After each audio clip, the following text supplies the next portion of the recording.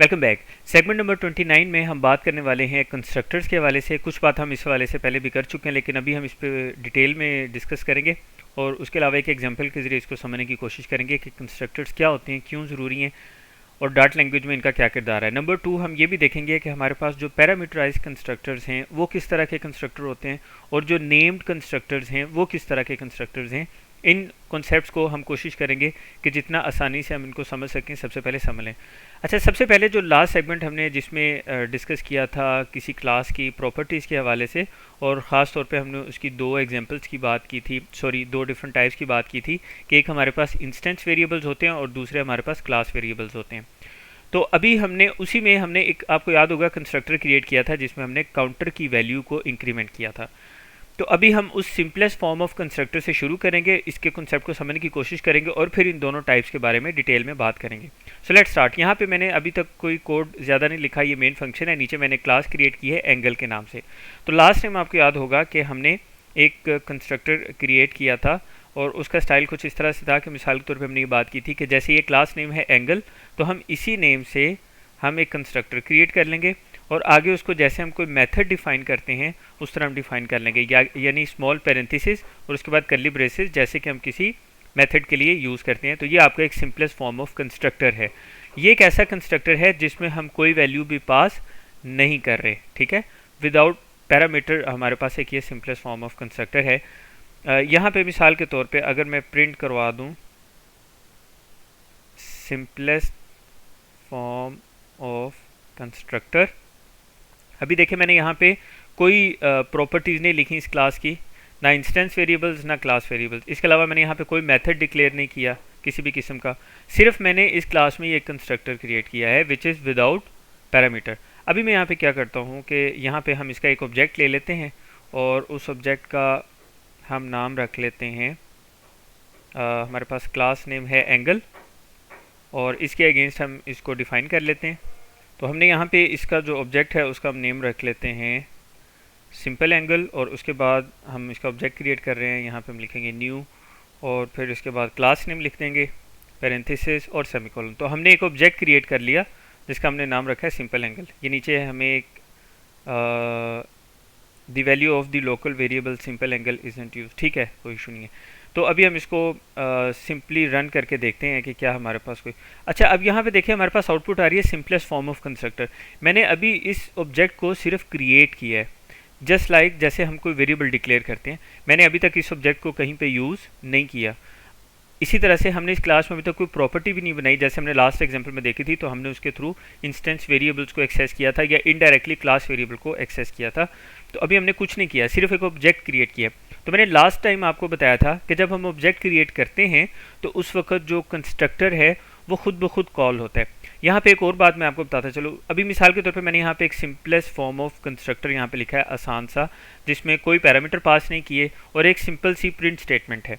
तो जैसे ही एक ऑब्जेक्ट क्रिएट किया वो प्रिंट स्टेटमेंट चल गई और आपको ऊपर आउटपुट लिखी हुई नज़र आ रही है सिंपलेस्ट फॉर्म ऑफ कंस्ट्रक्टर। अब सपोज करें कि यहाँ पे कोई कंस्ट्रक्टर ना हो, यानी कि ये क्लास बिल्कुल एम्प्टी हो, ठीक है। ये मैं यहाँ से इसको कट करता हूँ। सपोज करें यहाँ पे कोई कंस्ट्रक्टर नहीं है, तो उस सूरत में भी अब ये होगा ये कि क्योंकि मैंने कोई कंस्ट्रक्टर डिफाइन नहीं किया तो यहाँ पे जो आउटपुट आ रही थी उस सिंपल कंस्ट्रक्टर से वो नहीं आएगी। लेकिन बाय डिफ़ॉल्ट यहाँ पे एक कंस्ट्रक्टर बैकएंड में इस क्लास का बन चुका होगा जिसका कोई पैरामीटर नहीं होगा और उसकी कोई वैल्यू एज सच उस तरह से रिटर्न नहीं होगी। तो मैं इसको दोबारा से यहाँ पे लिख देता हूँ। तो ये हमारे पास एक सिंपल फॉर्म ऑफ कंस्ट्रक्टर है। तो इसको मैं यहाँ पे डिफ़ाइन कर देता हूँ, सॉरी, यहाँ पे मैं मेंशन कर देता हूँ with the help of comments, simple constructor, right. अब हम आगे चलते हैं। अब हमने आना है, ये तो हमने कंस्ट्रक्टर की बेसिक चीज़ें समझ ली, ठीक है।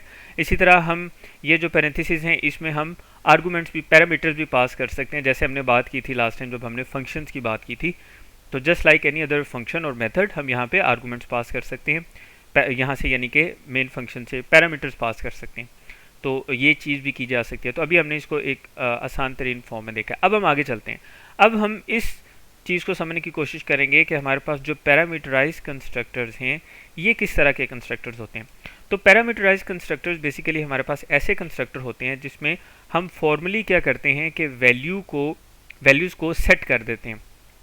और उसमें हम ये करते हैं कि जैसे यहाँ पे मैंने इसकी ये बॉडी डिफाइन की है इन करली ब्रेसेस के अंदर, तो हमें उसमें बॉडी डिफाइन करने की ज़रूरत नहीं पड़ती, बल्कि हम जो फॉर्मल पैरामीटर्स हैं वो इनिशियलाइज कर देते हैं। ये आपने ये जो टर्म्स हैं इससे परेशान नहीं होना, ये बिल्कुल आसान सा कॉन्सेप्ट है। अभी मैं यहाँ पे लिखूंगा तो साथ साथ बताऊंगा, आपको समझ में आ जाएगा। अब मिसाल के तौर पे हम यहाँ पे लिखते हैं एंगल, ठीक है। अभी मुझे यहाँ पे इसको मिटा के पहले दो वेरिएबल लेने पड़ेंगे ऊपर। मैं यहाँ पे दो वेरिएबल डिक्लेयर कर लेता हूँ। फॉर एग्जांपल एक वेरिएबल का नाम हम रख लेते हैं, वेरिएबल मैं यहाँ पे डिक्लेयर करता हूँ, तो एक वेरिएबल का मैं नाम रख लेता हूँ फाइनल एक्स, और मैं इसकी वैल्यू को 0 से इनिशलाइज कर देता हूँ। इसी तरह मैं एक वेरिएबल ले लेता हूँ वाई, और इसकी वैल्यू को भी मैं 0 से इनिशलाइज कर देता हूँ। अब हम आ जाते हैं यहाँ पे। अब मैं यहाँ पे कंस्ट्रक्टर क्रिएट करता हूँ एंगल के नाम से, और ये जो पैरामीटराइज कंस्ट्रक्टर हैं इसमें हम क्या करते हैं, मैंने अभी एक टर्म यूज़ की थी कि हम फॉर्मली पैरामीटर्स को इनिशियलाइज कर सकते हैं। वो क्या होते हैं, वो इस तरह से है कि मैं यहाँ पे लिखूंगा this dot X which is referring to that particular variable जो मैंने यहाँ पे ऊपर डिफाइन किया हुआ है, ठीक है, जिसको हमने लास्ट टाइम आपको याद होगा इंस्टेंस वेरिएबल्स की हमने बात की थी। उसके बाद मैं यहाँ क्या करूँगा, comma separated this dot Y, यानी यहाँ पे ये रेफर कर रहा है, ये जो दिस है ये बेसिकली रेफर कर रहा है कि इसी सेम इंस्टेंस में ये इस वेरिएबल को रेफर कर रहा है एक्स और वाई को। ये लिखने के बाद अब यहाँ पे पहले आपको याद है ऊपर ये जो कंस्ट्रक्टर हमने उसकी ये बॉडी बनाई, बॉडी लिखी थी, तो अभी हमें उसकी ये करली ब्रेसेस में बॉडी डिफाइन करने की ज़रूरत नहीं है। ये हमें एक एज है फ्रॉम डार्ट प्रोग्रामिंग लैंग्वेज, तो हम इस पैरामीटराइज कंस्ट्रक्टर की मदद से ये लिखने के बाद इसको यहाँ पे हम सेमीकोलन लिखेंगे एंड दैट्स इट, ख़त्म। बस इतना काम हमने यहाँ पे करना है, और उसके बाद ये जो उसकी वर्किंग है वो कंप्लीट हो जाएगी। अभी यहाँ पे हमारे पास कुछ एरर्स आ रहे हैं, इन एरर्स को हम रिमूव करने की कोशिश करते हैं। The unnamed constructor is already defined, try giving, अच्छा हाँ, अब ये यहाँ पे क्लैश आ रहा है। वो क्लैश इस वजह से आ रहा है कि ये जो कंस्ट्रक्टर है अननेम्ड, ये हम पहले भी डिफाइन कर चुके हैं। तो अगर हम इसको यहाँ से कमेंट्स में कर दें, अब हम देखते हैं 2 positional arguments expected bye angle dot new but 0 found, ठीक है। अभी हम इन एरर्स को रिमूव करने की कोशिश करते हैं। So let's see, one by one मैं इनको सर्च करता हूँ। सबसे पहले ये जो नीचे दो आपको एरर्स दे रहा है, x is final and y is final, तो इसमें हम ये करते हैं कि यहाँ पे फाइनल को रिमूव करके इसकी जगह पे मैं लिख देता हूँ वेरिएबल, राइट। अब देखते हैं कि चलें, अब एक चीज़, ये दो एरर्स तो ख़त्म हो गए। अब हमारे पास ये लास्ट एरर है, the unnamed constructor is already defined, try giving one of the constructors a name, ठीक है। तो अब यहाँ पे हम अननेम्ड कंस्ट्रक्टर यूज़ कर चुके हैं क्योंकि ऑलरेडी। सो लेट्स सी, अगर हम इसको किसी तरह से कमेंट कर दें तो उसके बाद भी हमारे पास ये एरर आएगा। उसकी रीज़न ये है कि अब हमें, अब ये पैरामीटराइज कंस्ट्रक्टर है, इसको मैंने कमेंट में कर दिया, ठीक है, ताकि हम बेसिकली इसको देख सकें इन डिटेल। अब इस कंस्ट्रक्टर को समझने की ज़रूरत है और उसमें हम ये देखेंगे फिर ये एरर किस तरह से रिमूव होगा। अब होगा ये कि जब कोई ऑब्जेक्ट क्रिएट किया जाएगा इस क्लास का, एंगल क्लास का, तो उसमें हमें दो आर्गूमेंट पास करने पड़ेंगे, राइट, दो पैरामीटर्स पास होंगे। इसको पैरामीटराइज कंस्ट्रक्टर क्यों कहते हैं ये समझ लें। इसमें हम दो पैरामीटर्स पास करेंगे, वो दोनों parameters one by one, first parameter यहाँ पे आएगा और वो असाइन हो जाएगा this dot X, which means के वो इसकी वैल्यू को असाइन हो जाएगा, और दूसरा पैरामीटर वो वाई की इस वैल्यू को असाइन हो जाएगा। सो लेट्स सी, हम वापस ऊपर चलते हैं। ये जो हमने सिंपल एंगल के नाम से क्रिएट किया था, इसको हम अगर यहाँ से कमेंट कर दें ताकि हम बाद में इसको सेपरेटली भी यूज़ कर सकें इस कोड को, तो मैं यहाँ पे लिख देता हूँ, एक नया ऑब्जेक्ट क्रिएट करते हैं, उसका हम नाम रख लेते हैं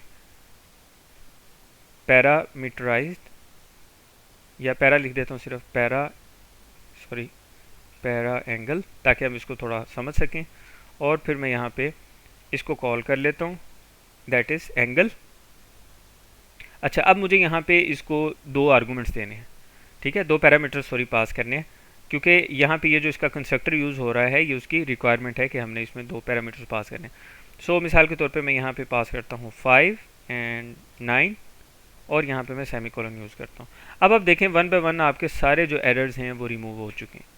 तो अब ये करेगा क्या, बेसिकली ये जो हमने ऑब्जेक्ट क्रिएट किया है पैराएंगल के नाम से, इसमें हमने जब इस ऑब्जेक्ट को क्रिएट किया है तो यहाँ पे दो पैरामीटर्स पास किए हैं 5 और 9, ये यहाँ पे आएंगे इस पैरामीटराइज कंस्ट्रक्टर में, और 5 असाइन हो जाएगा this dot x, that is this one, and y assign हो जाएगा इसको।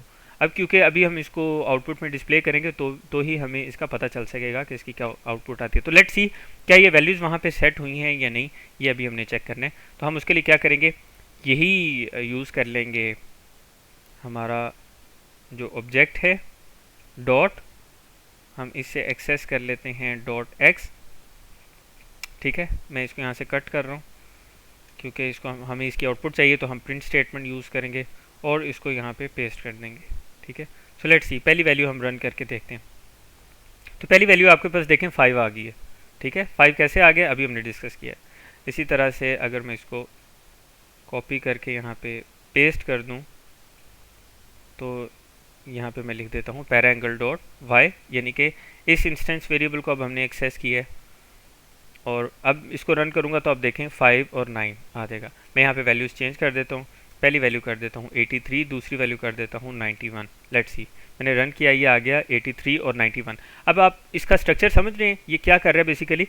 यहाँ पे जब हमने इस ऑब्जेक्ट को क्रिएट किया है इस लाइन में, तो ये जो 83 और 91 है ये इस कंस्ट्रक्टर में पास हो रहे हैं। फर्स्ट वैल्यू यहाँ पे और सेकंड वैल्यू यहाँ पे, और इसके अगेंस्ट फिर इसने क्या किया है, इस पैरामीटराइज कंस्ट्रक्टर ने वो जो वैल्यू आ रही थी वो असाइन कर दी है एक्स को और वाई को रिस्पेक्टिवली। सो ये हमारे पास है पैरामीटराइज कंस्ट्रक्टर। अब हम आगे चलते हैं और अब हम देखेंगे कि नेम्ड कंस्ट्रक्टर का हमारे पास क्या सिनेरियो है और वो हमें किस तरह से हेल्प आउट करता है।